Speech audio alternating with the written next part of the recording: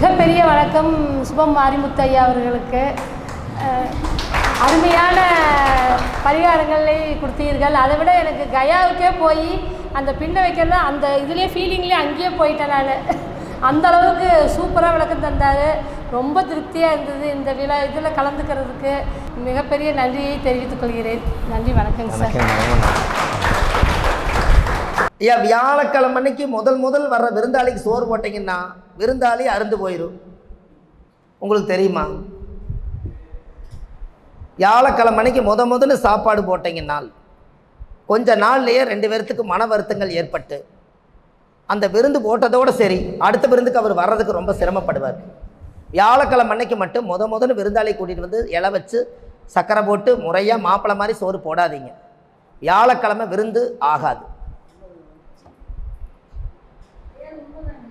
என்னங்க சொல்லுங்கம்மா.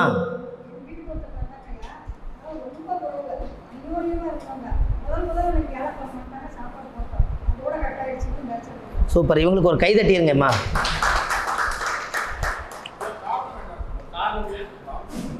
ஐயா எப்படி கேட்டார் பார்த்தியா? ஏன்னா சொல்கிறேங்க ஐயா, ஏன்னா முதல்ல அவங்க விருந்தாளி அறுத்து போச்சுன்னு சொன்னாங்களே இல்லைங்களா, இதை நீங்கள் வேறு விஷயத்துக்கு நீங்கள் பயன்படுத்திக்கலாம். நான் அதை அப்புறம் சொல்கிறேன்.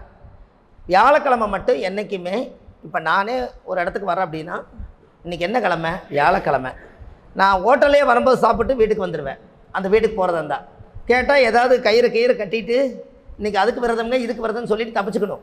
ஏன்னா அந்த உறவு நாளைக்கு வேணும் அல்லவா, அதுக்காக. ஆனால் அவங்க நம்மளோட பாசத்தில் தான் சாப்பாடு போடுவாங்க, ஆனால் அது வேஷமாக போயிடும். அதுக்காகத்தான் வியாழக்கிழமை அன்னைக்கு விருந்தாளி ஆகாது அப்படிங்கிற ஒரு விஷயம். இப்போது ஐயா, அந்த புனர்பூச நட்சத்திரத்து வரைக்கும் எண்ணுங்க ஐயா, வாக்கலாம் எவ்வளோ வருதுன்னு பார்ப்போம். அஸ்வினிலேருந்து 7வது நட்சத்திரம் வருதுங்களா ஐயா? அங்கே என்ன கிரக உச்சம்? குரு உச்சம். குருவோட கிழமை என்ன? 7வது நட்சத்திரம் வதை நட்சத்திரமா? அதனால நம்மளை வதச்சிட சோறு போட்டா. சந்திரனுங்கிறது சாப்பாடு, கடகத்தில் வீடு, எல்லாம் ரெடியா? 4ஆம் இடம் என்பது வீடு, புனர்பூச நட்சத்திரம் என்பது 7வது நட்சத்திரம், விருந்துங்கிறது சந்திரனுங்கிறது உணவு, அது வீட்டில் வச்சு போடுறீங்க. 4ஆம் இடம்ங்கிறது வீடு, அது வதை நட்சத்திரமாக இருக்கிறனால அது சாப்பிட்டு போனால் நம்மளுக்கு வதையாயிரும். இவரை வேணால் நீங்கள் இன்னொரு மாதிரி வேணால் பண்ணலாம். ரொம்ப பகையாளியாக இருந்தால் ஒரு நாளைக்கு கூட்டு வேணால் சாப்பாடு போட்டுருது. என்னங்க, வாங்க ஒரு நாள் வீட்டில் சாப்பிட்டு போகலான்னு கூப்பிடுங்க. அவர் இனிமேல் வேண்டான்னா, ஐயோ நீங்கள் வந்தால் நம்ம 2 பேரும் ஒன்றா உட்காந்து சாப்பிடலாம் வாங்கன்னு கூப்பிட்டு வியாழக்கிழமை அன்னைக்கு சாப்பாடு போட்டிங்கன்னா வேலையே முடிஞ்சது. அவரே சண்டை கட்டிட்டு அவரே விட்டு போயிடுவார் டைவர்ஸ். அதான் நான் சொன்னேன், சுயநலமாகவும் பயன்படுத்திக்கலான்னு. ரொம்ப இதாக இருந்தால் வாங்க வியாழக்கிழமை வீட்டில் போய் சாப்பிட்டு போயிடலாம். கிளம்பி சொல்லக்கூடாது.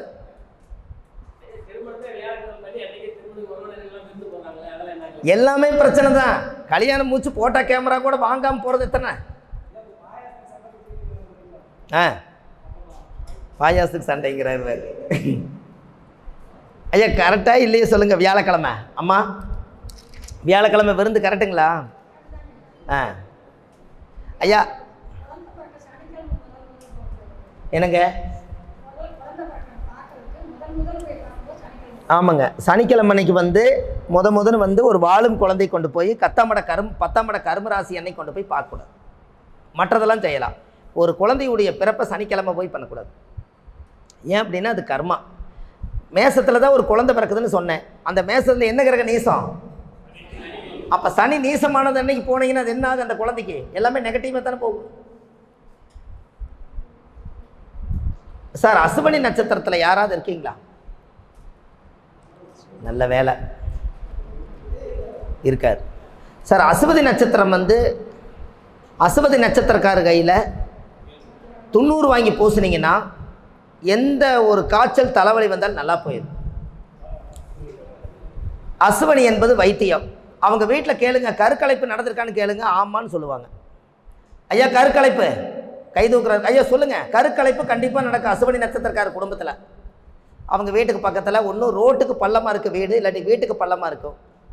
ஒரு கோயில், ஒரு மரம், ஒரு மணியோசை, ஒரு விநாயகர், இவர் கெட்டியாக பிடிச்சிக்குவார். என்னங்க ஐயா கொஞ்சம் எந்திரிச்சு சொல்லுங்களேன். என்னங்கய்யா இதெல்லாம் இருக்குதுங்கிறாரு அசுபனி. இதெல்லாம் இருக்குது. ஆமாம். இப்போ பாருங்க, அசுபனி நட்சத்திரத்துக்கு அது விநாயகர் கோயில் ஒன்று இருக்கும், அதுக்கு பக்கத்தில் ஒரு அரச மரம் இருக்கும், முக்குச்சந்தா இருக்கும், அதுக்கு பக்கத்தில் ரோட்டுக்கு பள்ளம் வீட்டுக்கு பள்ளம், அங்கே முடிவெற்றவர் தேய்க்கிறவர் நரசு குடியிருப்பாங்க, வைத்தியம் பார்க்குறவங்க இருப்பாங்க. அம்மா சொல்லுங்கள், எல்லாமே இருக்காங்க. நான் அவங்க வீட்டுக்கு போகலைங்க ஐயா, அதை மறந்துடாதீங்க. அப்போது இதெல்லாம் அவங்களோட வீட்டு பக்கத்தில். இது எப்படின்னா அந்த கருக்கலைப்பு கட்டாயம் அந்த குடும்பத்துக்குள்ளே வந்தே தீரும். உங்கள் வீட்டில் இருக்குதுங்களாம்மா கருக்கலைப்பு? கட்டாயம் வரும். அஸ்வினி என்பது அதுதான். மொட்டை அடிச்சுக்கிறது, நர்ஸு குடியிருக்கிறது, டாக்டர்கள் குடியிருக்கிறது, கிறிஸ்டின் குடியிருக்கிறது, இந்த முக்குச்சந்து, இதெல்லாம் நீங்கள் ஜோசியத்தில் சொன்னீங்கன்னா அசந்துருவாங்கல்லங்க ஐயா. ஓ இப்படியெல்லாம் இருக்கா, நிஜமா அது நம்புவாங்கல்லங்க ஐயா. அம்மா கொஞ்சம் எந்திரிச்சு சொல்லுங்கள், எல்லாத்துக்கும் சிறப்பாக இருக்குது. ஒரு வார்த்தை.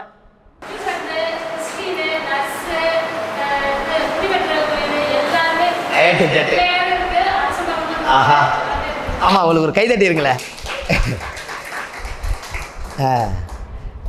இப்படி ஒரு 27 நட்சத்திரத்தை நீங்கள் படித்து வச்சுட்டீங்கன்னா இவர் கையில் என்னமோ வச்சுக்கிட்டு சொல்கிறாராக்குன்னு நினச்சிக்குவாங்கல்ல. ஆனால் உண்மை அது இல்லை, சயின்ஸு தான். ஆனால் எடுத்து வச்சுருக்கிறோமா இல்லையா? ஒரு இன்னொரு ஆச்சரியத்தை சொல்கிற பாருங்க, ஓடாத வண்டிகளெல்லாம் கொண்டு வந்து அவங்க வீட்டுக்கிட்ட நிறுத்திட்டு போயிடுவாங்க. எனக்கு ஓடாத வண்டிகள்லாம் அவங்க வீட்டுக்கிட்ட கொண்டு வந்து நிறுத்திட்டு போயிடுவாங்க. அப்புறம் வீடு எங்கேயாவது தெருவில் கட்டணும்னா இவங்க வீட்டுக்கிட்ட தான் மண்ணு போட்டு கொண்டு போய் அங்கே சேர்த்துவாங்க. செங்கல்லு முன்னாடி கிடக்கும். சரிங்களா? இதெல்லாம் மேசராசிக்காரருடைய வீட்டுக்கு. இது அப்பார்ட்மெண்ட்டுக்கு பொறுத்தாது. கீழே வாழ்கிறாங்க பார்த்தீங்களா, அவங்களுக்கு இதெல்லாம் இருக்கு. இங்கே பாருங்க, வீடு கட்டினால் கொஞ்சம் குறைவுல தான் அது ஒரு பக்கம் பூசாமல் இருக்கு. அந்த வீட்டில் நீங்கள் செக் பண்ணிக்கங்க.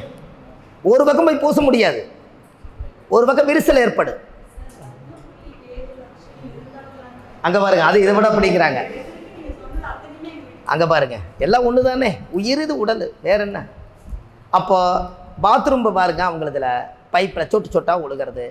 அந்த தாள் என்னைக்காவது போடலாம் போனால் கடைசி வரைக்கும் போட முடியாமையே பாத்ரூம் போயிட்டு வந்துடுவாங்க. ஏன்னா அதை எல்லாமே அங்கே இருக்குது, நீங்கள் செக் பண்ணிட்டு வாங்க. அது திருத்த முடியல, அப்படி பண்ணாலும் மறுபடியும் ஆகிடுது.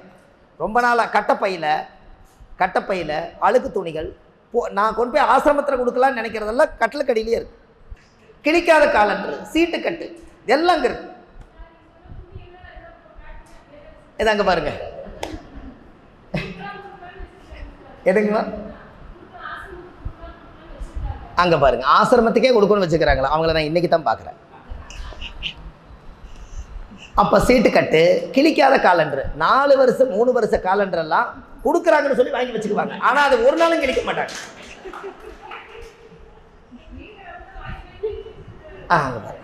அப்புறம் எப்படிமா நல்ல காலம் பிறக்கு ஒரு சீட்டை கிழிக்கலினா? வாட்சி ஓடுதுன்னா செல்லு மாத்திரனே பிரச்சனை வந்துருங்க ஐயா. ஓடாத வாட்சிங்கும் போது ஓடாத எலக்ட்ரானிக் பிரச்சனை தானே. மிஷின் வாங்கி தைப்பாங்க, ஏன்னா அசுவனினா குடுன்னு ஓடுது குதிரை. மிஷின் வாங்கி தைக்கிறேன்னு போவாங்க. அவங்க வந்து அந்த மிஷின் வீட்டில் இருக்கும், தைக்கிறதுக்கும் துணி வராது, பேருக்கு பழகி வச்சிருப்பாங்க, தொழிலை மாற்றிக்குவாங்க. அங்கே பாருங்க, அங்கே பாருங்க ஐயா, இதெல்லாம் நம்ம பார்த்தோமாங்க ஐயா. இது எவ்வளோ ஒரு ஆச்சரியமாக இருக்குதுன்னு பார்த்தீங்களா?